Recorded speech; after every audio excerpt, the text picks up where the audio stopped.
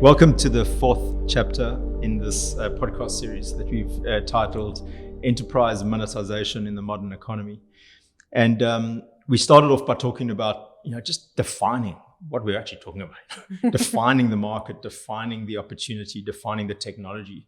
Then we moved on to looking at market trends. So what is the market telling us? Where do we think it's going? Where has it been? And what are the movements that we're seeing? And then in the last section, we just looked at some of the challenges. So, what is this change meant in terms of not just enterprise organizations, but the actual people who work within those organizations, and how are they impacted? So the objective from our perspective at RecVue is really to automate this level of complexity at scale, and to provide 100% of automation for all of the different business model, revenue streams, and then billing requirements within an enterprise organization. So this final chapter is about what's the value of doing that? Why bother? Mm-hmm. So we obviously know that when we were talking about defining complexity, we were talking about these evolutions of business models and the drivers to increase revenue, decrease costs, increase working capital or cash position, reduce the cost of capital, and all this while we're changing our technology landscape into something more modern, probably cloud-based, don't know, but depending on the industry, there are various flavors in terms of technology transformation. So let's talk a little bit now about value. And I'm just going to throw the ball at you and say, well, what is your perception at whatever level you want to go into as to the value of the change over time? We've thought about this a lot. I think there's certain ways to look at this at different layers. I think at the highest layer, we talk about really rallying this support for the ability to be an adaptable enterprise, to be a creative enterprise, to be a resilient enterprise, right? I think that those are the driving forces of value. When you do this well, when you have, the right fit billing technology or monetization technology in your business stack, that is the matching to your, hopefully, really well-suited monetization strategy and pricing strategy, you will be adaptable, you will be creative, you will be resilient, right? These are the big driving factors. But when we think about, those individual people or those disciplines, those lines of business, those organizations, what benefits do they see? You think about it as the sort of people process, kind of technology or whatever, right? So in some ways you have less technical debt, right? Sometimes you have time savings, like the CFO, for example, their organization is sometimes, when you have this done well, the money that flows through the sale, the billing, and the revenue recognition is to the penny, right? Oof, I can close, check, right? Books closed. The amount of effort, you don't have to go chasing, or you don't do as much chasing. Those that you do chase. Or reconciling. Well. Yeah. So there's this absolute sort of time-saving human hour kind of element to this in the CFO's organization. I think that the drivers or the value that the business side sees is a lot more on the kind of creativity and resiliency side. It's sort of, okay, I can actually execute on this monetization, on this sales strategy. I can, you'll see better, let's say, hopefully better customer acquisition, better customer retention, better, these KPIs, the better lifetime value. You will hopefully also save human hours by automating renewals or automating the results or the implications of an upgrade mid-billing cycle. It doesn't have to be human, it doesn't have to be manually ticked off. It happens, in an automated fashion. So I think that those are some of the core values, right? It's these, whatever KPIs are kind of underpinning how you understand adaptability, how you understand creativity, how you understand resiliency. Yeah, fantastic. Yeah, it's great. I think in terms of that timing point as well is what I like to do is I like to not blend a business. So what I mean by that is we entities, whether it's through acquisition or whether it's just through logical design, that they're almost like an aggregated organism with each of the different business units or revenue streams or departments or business models. Sometimes they have a life of their own, and that life of its own might mean that in this multicellular organism, each cell has different levels of performance. So if we look at it at each different cell within a business, we would say, well, let's take something as simple as the DSO, so the days sales outstanding for that part of the business. And then specifically, let's carve out the amount of time it takes to bill for that revenue stream. And we see a massive variance. So we would do, for example, a working capital view across a business and say, well, across your 10 different business units, units 1, 3, and 5, you're billing them in 1 or 2 days. So from the moment in which that performance has happened, so in other words, you can recognize the revenue, right? How long is it taking you to bill? And for those divisions, they're doing well. But the reality is that you might have business unit 6, which is only 10 or 15% of the revenue, which is taking 15 days. So what's the opportunity of moving that from 15 days down to 2 days? And it was really interesting. I think it was about 2017, the Hackett Group had a report that came out. And what they did was they looked at not just the implications of improving this cash conversion cycle that we spoke about earlier on a daily basis, not just looking at the implications of that on what we were talking about, which is the cash position, the working capital improvement, and the reduced cost of that capital. So in other words, we don't have to go out and source it from the market and pay interest on that. We actually have it available to us right now just based on collecting that cash earlier. But they looked at it as an impact on profit. And I think I'm correct in saying that in that study, for every day that the cash conversion cycle was improved, they showed a 0.15 percentage impact or positive impact on the EBITDA profit of that organization. So if you just simple math, right? So a 7-day improvement in cash position. So I'm talking about sometimes going from 15 down to 1 day. Just a 7-day improvement of that itself is in essence a 1% impact on EBITDA profit. And that was across 20 top companies. I can't remember how exactly they classified it, but a top 20 top companies, industries. If they looked at the top 10 industries, it was double that. So for 3.5 days of improvement in cash conversion cycle, the impact could be 1% on EBITDA so profitability. And then the kind of the final point that they made in that article was that the trend was not to look at everything that made up. So cash conversion cycle, it wasn't like days inventory outstanding, DSO, DPO. It was actually just saying you could improve in any one of those areas. So if we just took days unbilled and we moved your billing alone from 15 days down to, let's say, for example, 8 days, it's a 7-day improvement. That's a 1% impact on EBITDA for the 20 industries. And if we just did half of that, it's a 1% for the top 10 industries. So there's not just working capital, it's not just cost of capital. It actually has a massive impact on the profitability of that business. We have the same.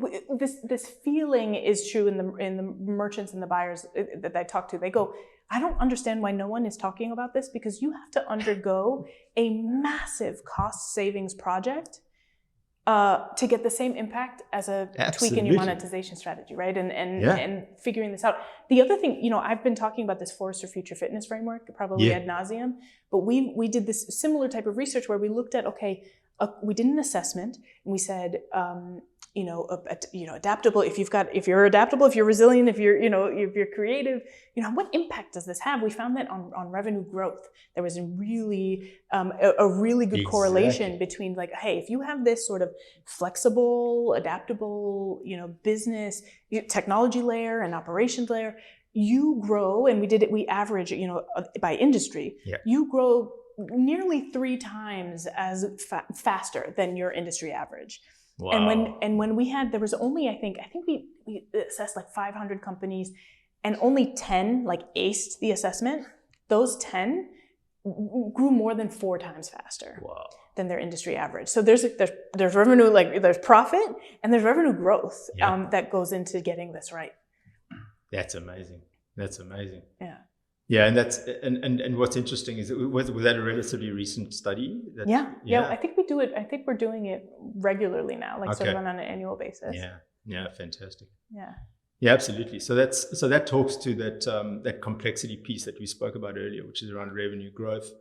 Exactly, and then and sometimes the impact on revenue growth of fixing these challenges is not so obvious, but it has a massive impact, not just on your position and your ability to be in a stronger cash position and to impact on what that cash is costing you. Yeah.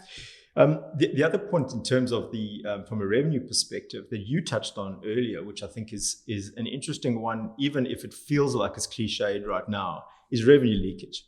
So everybody talks, revenue leakage, and no matter where you go, you can find some sort of article on revenue leakage and the impact of revenue leakage. But the numbers are real. So we had a conversation with a company a few weeks ago where they were talking about the fact that, and I'm not sure if it was the message was that it was across the business. My gut feel afterwards was probably in some of the larger divisions within the business, that there was up to 10% leakage of revenue. Wow. And so it can take a lot of different forms. It could be we're just skipping off the CPI addition on a renewal, or it could be it's a services invoice, there's a milestone payment, and we just don't invoice for that milestone. What is your view? It's one of those things that I think is it's the secret killer, right? It's if we don't have enough visibility into the art of the possible in our business, there is revenue leakage, because if you're not optimizing at every phase, you're missing. There's money on the table, right? It could be our business, our processes aren't connected, our technology is not connected. There's even the simplest thing is like a name on a contract versus the name on the bill. If they're spelled slightly differently, that could cost days. Right, in reconciling, and you have to do, and in a recurring scenario, you might be doing that annually or monthly or whatever. And I think also we think about these contract terms too, where we're so in the old world, we're so used to 5-year contracts, 7-year contracts. That's not as common anymore. And part of the reason or part of the pain point of that is literally that your billing contact has left the company, and you have no way of getting paid. You can't contact, you're searching LinkedIn, you're trying to figure out that shows how low touch some of these relationships have been, and also why this move to shorter terms is, from a revenue leakage or an optimization standpoint, even though you're introducing maybe more frequent renewal processes, you're actually your outcomes are better because you don't risk this sort of contact going stale, period, right? Like sometimes it's as simple as that, and it's an egregious problem. Yeah, absolutely. The other thing that I'm so curious about, and this is something that I don't have an answer for yet, and it's probably different based on organization. But part of the problem or the challenge here is that, yes, this business problem is an interdisciplinary problem. It can be solved by many people in the organization, but sometimes it doesn't get the executive support it needs, or the executive sponsorship it needs, or it doesn't get that kind of push from the highest level of the organization to say, no, we're following through, right? This is a transformation that has to happen. And so it's tough to unify the organization on a transformation such as this without that. So part of, I think, the challenge here in finding that value metric that is going to speak volumes for your business. So there's many different value propositions, but what is that North Star that you can unify? It may be an imperfect metric. It might be that renewal rate. Right? It may not be one-to-one absolutely cause that, you may not be able to find that perfect metric, but what is the metric that is the one that can rally the most support and let's say effort across the organization? That I think is an important one. And there is no one that I've found. I wish there were one, but I think that's an important piece of the value. It's not only about, the art of the possible and optimizing across every different possible breakage point, but it is also, what is that rallying cry that the organization can unify around to boost resiliency and to boost effort and buy-in. Yeah, absolutely. And it could be a metric. It could be something that is built on unit economics because we're a company that's pre-IPO and we need to fix, some of those key metrics. It could be equally important or more important in terms of quantitative metrics, like we've spoken about earlier. Like what is the DSO or the DUO specifically, or what are some of our other efficiency metrics or ratios? But equally, it could just be qualitative. It could be something like customer experience, customer care, employee retention. It can be a whole bunch of a combination of things that are maybe not so easy to measure, but they are equally important. One of the areas that we see, which is a combination of the two, is this concept of future position as an organization. So we are a company. We're selling, predominantly some type of data model on a usage basis, and we want to be the biggest in the market in 2 years' time. So we have a measurable. We know what that means right now. It might change over time, but equally on the way there, we have to do it through acquisition. We have to do it through innovation. So there's so many different pieces to the puzzle that come together. And then to your point earlier around all the personas that are impacted, it impacts lots of different people within the business. So all of that comes together to create this compelling argument to change. And it's not always the same. And I would say, it can be really easy to get sort of intimidated or say, okay, the whole organization isn't ready for this. We're not going to do it. We're not going to start. There can be that kind of, okay, this is not what's that? I think it's a Polish saying, not my circus, not my monkey. Right? Like, this is somebody else's problem, or it's too difficult, or, we're not ready for this. We've done studies in the past where even a little bit helps. So the biggest bang for your buck is absolutely becoming a future fit organization that is adaptable, resilient. But truly, you will see marked improvement no matter what you do and no matter how late you start. So just find find the thing that is in, your purview, what you have control over, the business problem that is most tangible for you, and see how you can rally support to solve that problem. We're talking about big transformation. We're talking about, at the highest levels, like being able to survive and thrive, in today's kind of business environment. But it doesn't mean that you have to, there's got to be a saying for this, like eat the whole cookie in one bite or something, right? You can take your bites. You can take your bites. Start small. You will see impact, even if you do the smallest little project in this domain, in this world. Fantastic.